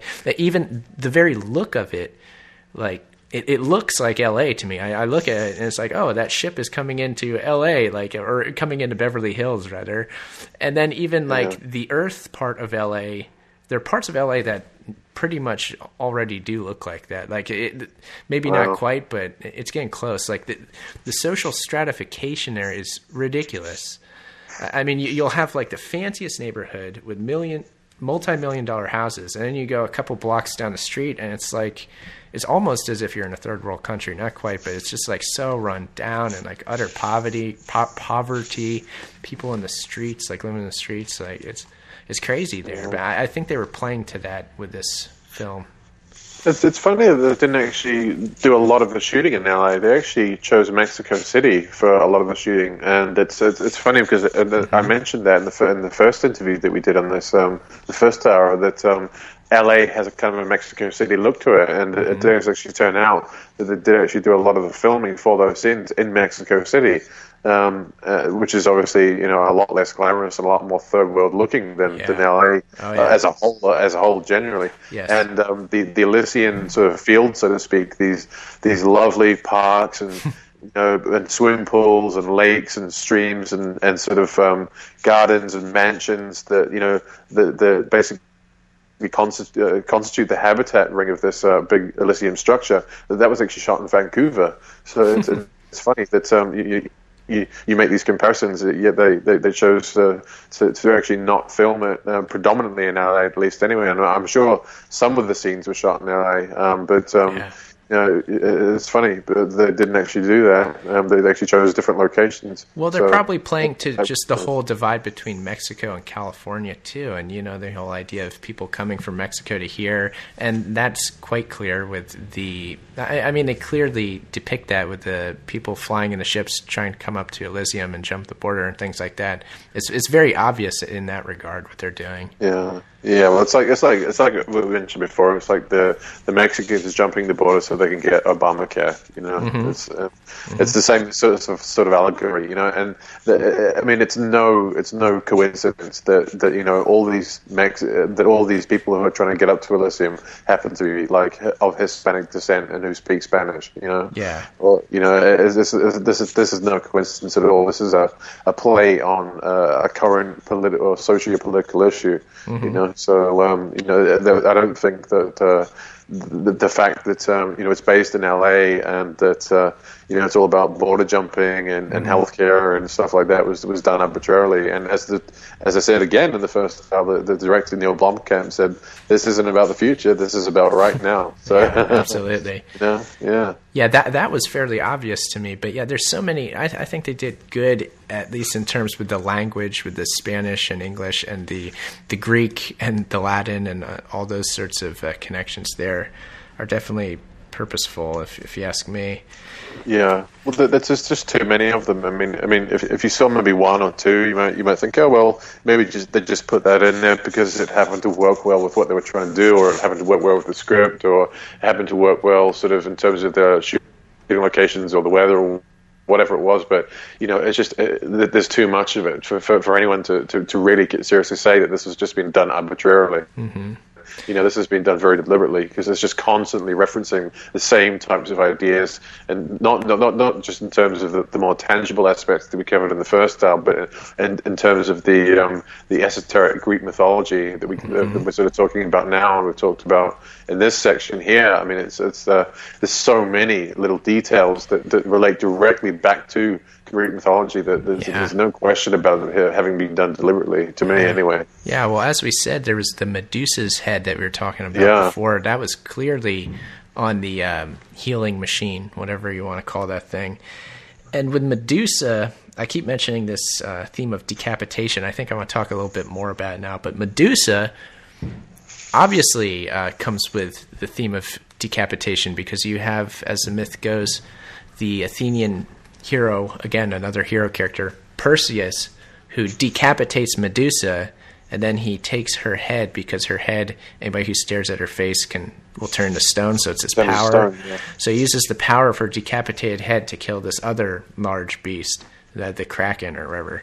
So we've got decapitation there, and I've read from somebody saying that the whole decapitation myth there with Perseus and Medusa has to do with the taking of a certain interpretation of the mother goddess, like the divine feminine principle, embodied in a specific character, in this case Medusa, and it was taken from one past culture, I think, either from Greece to Rome or an even earlier culture to Greece. I forget how it goes exactly, but taking this female character from mythology and reinventing it. And actually, in reinventing it, Medusa becomes evil, and before she wasn't so much evil, but she became more evil for a certain reason. So decapitation can mean taking an idea from the past and reusing it, actually, which is kind of interesting to note. Yeah.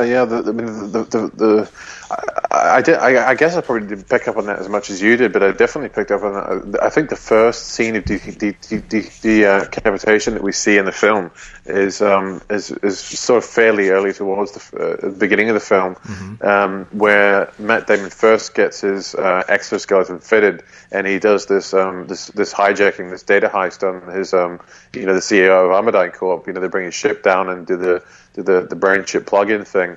And, of course, his armed droids come out and try and fight them off. But because Matt Damon's got the exoskeleton, he gets into a battle with one of these things, and he decapitates it. He rips its head off. He rips its head off. And to me, that was done purposely, because he could have killed it anyway, but the way it was depicted and the way he grabs its head and he pulls it off, it's all dramatic. It's like they made him pull the head of the machine off for a reason. And the thing is, what I found about that is this if you look at the way the robot moves and how technologically advanced it is in terms of its, close combat skills. I mean, this robot it's floundering. It's basically just waving its hands all over the place as its head's getting ripped off. It's silly. It's supposed to be a robot. If this robot really is as powerful as it's being depicted in all the other scenes, it's just simply going to turn around and fight back. It's not just going to lie there on its back, waving its arms around, going, "Oh, please don't decapitate me! Please stop!" So I mean, it's obviously done deliberately. It was a bit silly, but in the silliness, we also saw the fact that it was deliberate, and that he decapitated it as opposed to just smashing it or whatever. There was a reason, I think, in doing that. I guess another example of decapitation would be when Max and Kruger again are fighting before their final showdown. They're in the ship, and I think Max throws a bomb his way or something, and the bomb basically ends up blowing his head up, Kruger's head up, blows his face off. I don't know if that's decapitation proper, but to me it's that's the same still kind of thing. Yeah. It's in the same vein. There's no question about it. And as we described in the first hour, because he has access to the Elysium healthcare, he literally has his face reconstructed in 30 seconds. So he's okay, because his brain is still functional behind this massive worm. Because he's missing his mouth, he's missing his nose and half his face, but his brain's still functional. So all they have to do is just dump him in this machine, and it literally reconstructs his face and jump starts his heart again. In the space of 30 seconds, and it's like he's reborn, So, I would. It's as you said. It's not like it's literal decapitation, but it's in the same vein. You know? And then during their final showdown, Kruger is coming at Max and he says, "I'm going to rip your head off, boy." So that's right. Yeah, that's what he's going to do to him. He's going to rip his head off now, but he never does. But that's his goal is to rip the head off of the hero. Yeah. That's right. Yeah, to rip the head off the hero. That's correct. Yeah, and that goes back to so much history and so much mythology and so much. If you look into military conflict and all that stuff and way back, again and again and again, the head has always been a sort of a sick prize, for the victor of a war. You behead they put the it king, up on a you behead stake. the soldier. They put it up on a stake, as a kind of a warning to others, and B as a kind of a gift to the other faction or to the winning side, who say, hey, look, we've brought you back the other king's head, so that might use this as symbols you've won. That might even tie back to the symbolism of Medusa, is you take this old myth that gave meaning to the past culture, and then you cut the head, the allegorical head off of that myth, and you hold it up for your culture, in this case Athens, to behold for a whole different reason. And it's like, look, we defeated this old culture, we've taken over, this is our new interpretation of it. I think that's what's kind of going on with the whole Medusa decapitation thing. Yeah, you could be right. As I said, I probably hadn't thought about that as much as you had, but I think there might be something to that, because, again, that has not been done arbitrarily, once again, directly referencing Greek mythology, when they're putting the symbol or something that symbolizes Medusa's head on one of these... what is it again? It's the regeneration machine. Yeah, the medical the biopod thing. Yeah. So it's again, it's just so many different tie-ins here, and we could go on forever just listing tiny little ones off forever. But I think what we're trying to get across to the audience here is the significance of not only just the tangible aspects that we discussed in the first hour in terms of predictive programming and of political and geopolitical and social and cultural issues that are actually predicted to happen in the future, but also the fact that this has been compared to like a previous empire and a previous religion, and almost the rebirth of that empire and that religion, in a new form, a technological form. So, it's got so much significance on so many different levels. And you know what? What's funny is the technology is in the head of Max, right? Because he has the brain chip thing. It's in his head. So thus the decapitation thing kind of ties into that. The whole everything is in your head sort of concept. That's right, and it's kind of silly as well. We go back to the decapitation of the robot. Once you rip the head off, the robot just dies. It just drops down limp. And it's like, okay, I mean, if you're going to build a robot, would you really put like the whole computer in its head? I mean, if you're going to design something, would you put something in like the area that can be most easily like just taken off or snapped off? Why would you do that? Why would you make it like a human being and make it so that it could be destroyed simply by decapitation? Yeah, because the machine's brain could be at the very core, at the center, like covered with some sort of armor or something. Exactly. Why would they do that?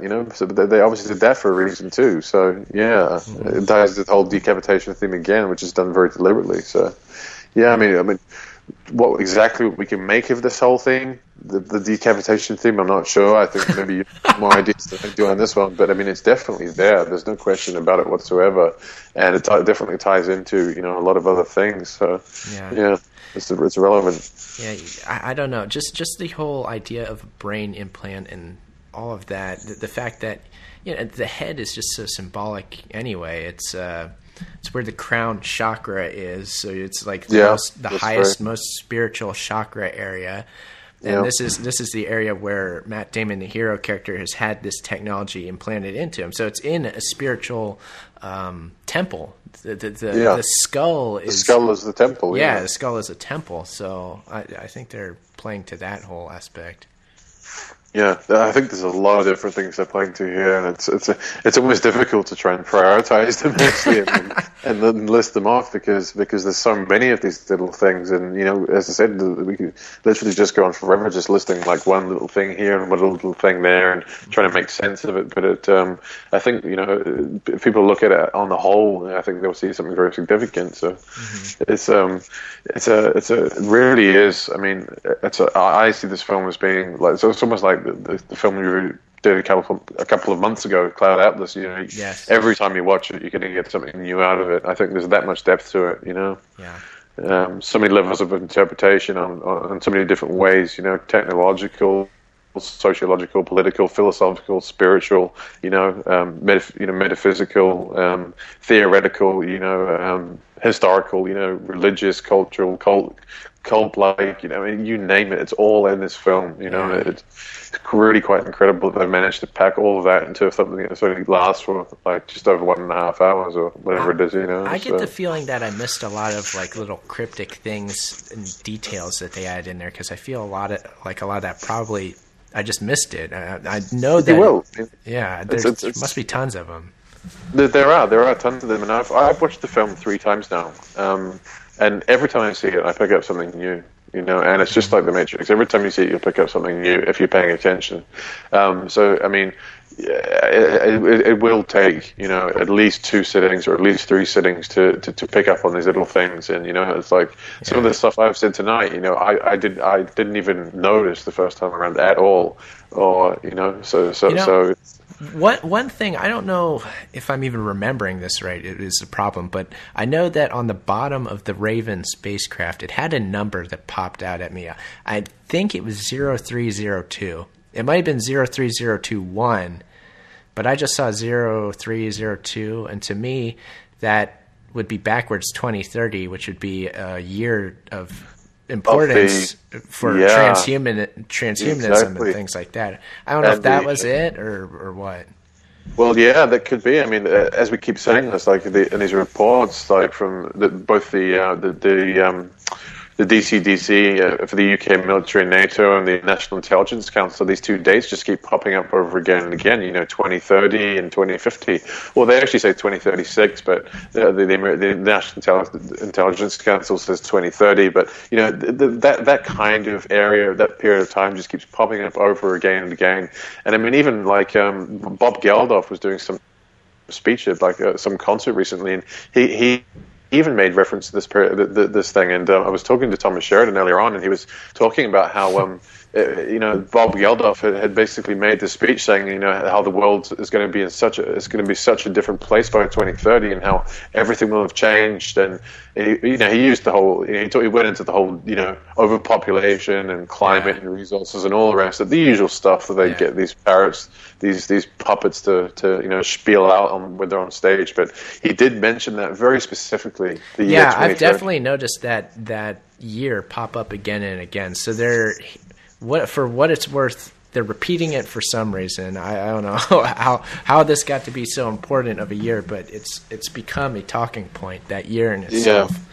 Yeah, among intelligence circles, military circles, and and political, and these quangos like Geldof and all the rest of them as well. Even these dates just keep on popping up again and again, and we've got 2030 and 2050, and for some reason, Elysium is set in 2154, but I think that's basically just to neutralize the viewer and basically to make them think, oh well, if that happens, I'll be long gone, I'll be dead, so I don't have to worry about it. This is not going to happen in my lifetime. So it's that, if it happens, it'll be too far in the future, and it's out of my control, and I don't have to worry about it. Exactly. When actually, you're being shown this because, you or your children will both experience this in your own lifetime. They wouldn't show it to you otherwise, Yeah. Well, 2154, I don't know. I feel that they're probably trying to make some point with that, too. It's like it's 2154 contains every digit. It's 1, 2, 4, 5, so it's like you're counting to 5, but you're missing the 3. I don't know if that has any significance, but let's see here, 2154. That equals 9 if you add up all the digits, right? I think it equals 9. Yeah, I mean, I don't know. There could be some significance there, and when you start playing around with numbers, you can come up with just about anything. That's the problem with numerology. I think it's I think it is something that is taken seriously by a lot of people, important people. Well, however, the interpretation of it gets too. It's too vague and ambiguous as to what the significance is, because I mean, again, I agree with you. I think that certain elite groups do take their numerology very, very seriously, and I think we've seen this in multiple cases in certain events over the years, but and certain sort of rituals and things like that. But when you actually get down to trying to take dates or numbers or things like that and play around with them and times them, divide them and match them and and all this kind of stuff, it just becomes so subjective and so messy and ambiguous that it's not really useful information anymore. It just becomes you can basically turn any number into anything you want if you times it and divide it and subtract it and to the power of enough times you can turn it into whatever you like. So I've often wondered if the Pythagorean cult had, if Pythagoras used mathematics and geometry and all this as a way to kind of control the masses. Yeah, and even control his cult members. You know what I mean? Yeah, I think so. I believe that was the beginning of the whole the whole growth of the lionization and the worship of science. And and they held up mathematics as like this thing that is to be revered, as if it is a god, and it's something a god, basically. Yeah. I see that period of time, and especially with the various the most famous philosophers of the Greco-Roman societies, would always hold up, science. Maybe not so much in later Rome, but in the earlier Greco-Roman societies, and especially in Greece as well, they would always hold up these mathematical and physical, basic physical, like basic understanding of physics as being God, like being the ultimate knowledge, as being our step towards being one with the divine, and our step towards becoming gods ourselves. And so I think it all started back then, and I think the language and I think the numerology was the whole Pythagorean cult and all the rest of it, and all the numerology that's involved in that, I think was like so many other things, was basically just designed to confuse the average person and confound them, and just get them to turn their brains to mush, trying to figure out what all this meant,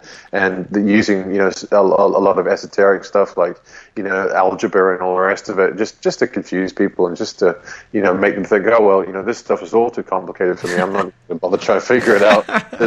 These people are obviously smarter than me because they're studying stuff I don't understand. Therefore, I'm just going to give up and let them make the decisions for me. So I think that was the beginning of that. Yeah. That would keep real important occulted information, which is strategic information you want people to know, within the certain sects of the cult. Within, you keep it confined, and you keep people away through those methods, in that they don't think they could decode it to begin with, and you kind of get them looking at the wrong thing anyway. So I don't know, a lot to think about. Well, they still do it with the Vatican today. I mean, it's like I think it was Alan Watt who pointed this out really well once. He said that this is what they do whenever they establish a new system of understanding the world, like such as science and the scientific method. The first thing that they would do, the elite class, so to speak, they'll create their own language so that they can cut off outsiders and stop them from getting in on the real secrets and the real knowledge. And it's like we can still see a remnant of that today in the way that the Pope speaks, because he will basically address a mass audience, thousands and thousands of people. And no one bloody speaks Latin. No one understands what he's talking about. These people speak Italian, or they speak Greek, or whatever. From whatever part of the Europe they're in. 90% of them, apart from the inner Jesuit priest class, don't know how to speak Latin, and yet he will address an entire audience in Latin, and it just confounds people. It makes them feel like, oh my God, this guy is so holy, he's so spiritual. He knows this language that we don't understand, and he must be like a god to be able to speak like this, and when we can't. So it turns him into an authority figure, and so we've got that parallel there as well. It's all about cipher and code cipher. It's intelligence techniques is what it is. It's pretty simple. Cryptography. Yeah. When it comes down to it, it's basically what it is. Yeah. Mm-hmm. So it's all about It's all about hiding information in intelligence. So you encrypt it. You encrypt it, yeah, exactly, and often you hide it in plain sight. Just by speaking in a different language, making people think that they're too stupid to understand, and for that reason they won't investigate any further. They won't even bother trying to understand what you're saying. They will just accept you as an authority figure and will do everything that you tell them to do. And there are even some parallels if people want to look into it, into that concept that I've just described, and many of the themes in Elysium as well. I think they're a little bit too sort of subtly presented, and sort of convoluted to really go into now. Mm-hmm. But if you wanted to just think about that concept and then watch the movie again, I think they might find something quite interesting there. Yeah. So that's all I'll say for now on that subject. But sure. Well, there was one little cipher that I may be way off the mark with this, but I want to make a note of it. In the very beginning of the movie, the very beginning, before the even opening credits here, where you see the production company names, like movie such and such production, one of the production companies was MRC, and that kind of, to me, that sounds like It sounds Rosicrucian to me. It sounds almost like there's the Amorc, AMORC, which is Ancient Mystic Order of Rosicrucians. Right, close, yeah. So I don't know if it's some sort of Rosicrucian thing, or I could be totally, I don't know. It's just something I noticed. Possibly, who knows? It could be. I don't know. Whenever I see like something like that without vowels, I just think about like the Torah and the ancient Aramaic and Hebrew and how they would drop the vowels and how they could write just using consonants and things like that without actually using vowels, and you could basically use those types of letters without interchangeably. They could mean a number of different things, depending on the actual context. MRC, when you say MRC, it kind of sounds like you're saying mercy too. I don't know if that's mercy. Yeah, that's interesting as well. Yeah, and it's funny that you bring the concept of mercy, because one of the things that struck me, and this, I don't know if this is maybe a little bit off topic in terms of what we had planned to discuss today, but no problem. Well, one of the sort of topics that really one of the observations I made, at least when I was watching this film, was that we have a situation here where it is absolute slavery. I mean, we literally have the world is run. The world and Elysium are both run by a gigantic computer system, which runs a series of probably thousands, maybe millions of these robot droids that keep the public in line. And that you can't even speak to a human being. You know what I mean? I mean, even there's a scene where Matt Damon goes to see his parole officer, and he's basically a parole officer is like a robot that's just giving him these program responses. And basically, it's the most obvious, disgusting form of slavery that anyone could ever imagine, and of disparity and of inequality that you could possibly imagine. People living in absolute luxury and literal immortality in the heavens, with the rest of us, living down on the planet, in absolute poverty and ruin, again, that gets back to, if you look into some of Plato's theories and metaphysics, it ties right back into that too. The reincarnation of souls, of the higher souls up to the Elysium, where the lower souls would stay behind on Earth and have to work their way up, but it basically, the point I wanted to make is, you mentioned the word mercy, and regardless of how obvious the slavery is, and how obvious the inequality is, and how obviously people are being exploited and enslaved and subjugated and used and abused, you've still got in Elysium basically like this bureaucracy, and this is why the Jodie Foster character wants to take over in the first place, because she sees him as being weak, and she's like a hard type of military, no-nonsense woman, like Hillary Clinton, like we said before. But but even then, in this situation, when things are so obviously unfair and so obviously unequal, and there's such a lack of equity in the world, it's to a level that most of us can't even comprehend. We still have a bunch of bureaucrats who are sitting around twiddling their pens, thinking about how can we make ourselves look nice? How can we justify this to the public? Oh, we don't want to use hitmen.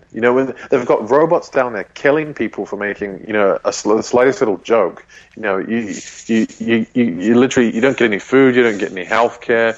If you don't take huge risks at work, you lose your job. The only thing you've got is crime or manual labor. It's absolute hell for the average person. And yet at the same time, you've got these people up on the space station talking about, we can't kill them. Oh dear, no, that would be nasty. We need to be nice, and we need to be fair, and we don't want to shoot down these refugees who are trying to cross the border. We want to gently get our robots to take them back down to earth and deposit them there where they belong. Because it's just, I just found that incredible that at this point in time, 150 years in the future, where there's such inequality and such a disturbing level of inequity, of subjugation, that we still have this farce of a bureaucracy, up there saying, trying to pretend like, oh, this is the natural order of things, and this is the way things just ended up, and it's unfortunate that you poor souls are still down there, but it's just the way things are. We're doing our best to help you, and we're doing our best to be fair to you, and we don't want to kill you, and it's like a magnanimous, godly attitude, and so it ties right back into some of the ideas we were talking about before, with these people consider themselves as basically gods, and the whole idea of Elysium basically being a religion, and then with Jodie Foster as the goddess, so to speak, and Matt Damon as the sun god, both who make a sacrifice for the greater good in their own ways, even though they had different causes, so. Yeah, I noticed that theme very prevalently. I thought it was very, very interesting that they made a point of showing that despite the situation, despite how obvious it was, they still actually made the effort to try and make it look like, oh, we're trying to make things better for you guys, and we want the best for you, but I'm sorry, this is just the natural order, and if you come up here, we'll take you back down to earth. We don't want to kill you, but even though that if they take them back down to earth, you basically sentencing them to a slow death. We'd never kill you. We'd never do that. We're nice people. And I just found that to be. I kind of found it to be kind of offensive, really. But I just thought I'd throw that in there and see what people thought about it. Did you? Well, no, I definitely noticed that. I think it points to the fact that if there's an occult message going on here, probably the overall one is that this isn't about the future; it's about now. We've talked about that quite a bit, but I think that's the overarching occult message: is that, hey, like, this is how things are now. What do you, the viewer, think about this? I think that's the number one occult theme here. Yeah, and of course, getting people to. Getting generations of all ages, to accept the idea that this whole thing is possible, or at least, probable or inevitable or whatever it may be, that this is the way things are going to go in the future. And so little kids will watch it, and people of our age will watch it, and people who are older will watch it. And the expectations and the little comments that will be passed down from father to son, and from father to son, and from generation to generation. And through watching this film and through accepting these ideas, we are literally creating our own reality, because through accepting them, as you said before, perception is reality. And so if we perceive the world as being this way, through reading things like the DC Strat Trends report and the NBIC report, and saying, right, this is their plan, this is going to happen, and then through watching these films and being acclimated and psychologically familiarized with these concepts, i.e. predictive programming, in a way we are actually creating our own future. Yeah. Inadvertently, not on purpose perhaps, but it's almost a tight spot that got us in there, because we have although we're observing the fact that we are being programmed to accept it, at the same time it hasn't stopped the programming. We've still been programmed to accept it. Yeah, and that's the point of this podcast series, Themes and Memes, is to get you to think about this, to think about what you're watching, so that you don't become a passive viewer, but you become an active participant in what's going on. And that's you'll see that message in a lot of movies too. It's like, hey, you too could be an active participant here. What are you going to choose to do? So we always have a choice. So I hope that listeners are out there making the correct choices in their lives to make things change. And is there anything you want to end the show on here, Adam? No, I mean, there's probably tons of stuff that I'll hit myself in the morning and go, damn, I forgot to say that. That's always going to be the case with these interviews, and we can't jam everything in. And I'll no doubt, remember something in a few days' time that I wish I'd mentioned. But hey, that's just the way it goes. We can never get everything perfect and everything right, and there's always going to be stuff that we wish we'd mentioned. There's always going to be stuff that other people picked up on that they think we should have mentioned. But hey, we're just doing the best we can, because I mean it's such a big film like Cloud Atlas that you could go on for hours. You could do 10 interviews on this and still be still have some to go. You know what I mean? It's there's so many different directions you can go on with this that it doesn't matter how long we talk about it. There's always going to be more to talk about, especially as you watch the film for maybe a third or a second time. You know? Absolutely, yeah. What about you? Did you have anything else to add? Or? No, I think that'll do it for this episode of Themes and Memes. I think we should just let people know that, again, I'm Aaron Franz. My website is The Age of Transitions. Why don't you give your website out too there? Well, I'm Adam Roscoe, formerly of the Glasgow Truth Group. People may be familiar with that. And my new website is www.cerebralrevolt.com.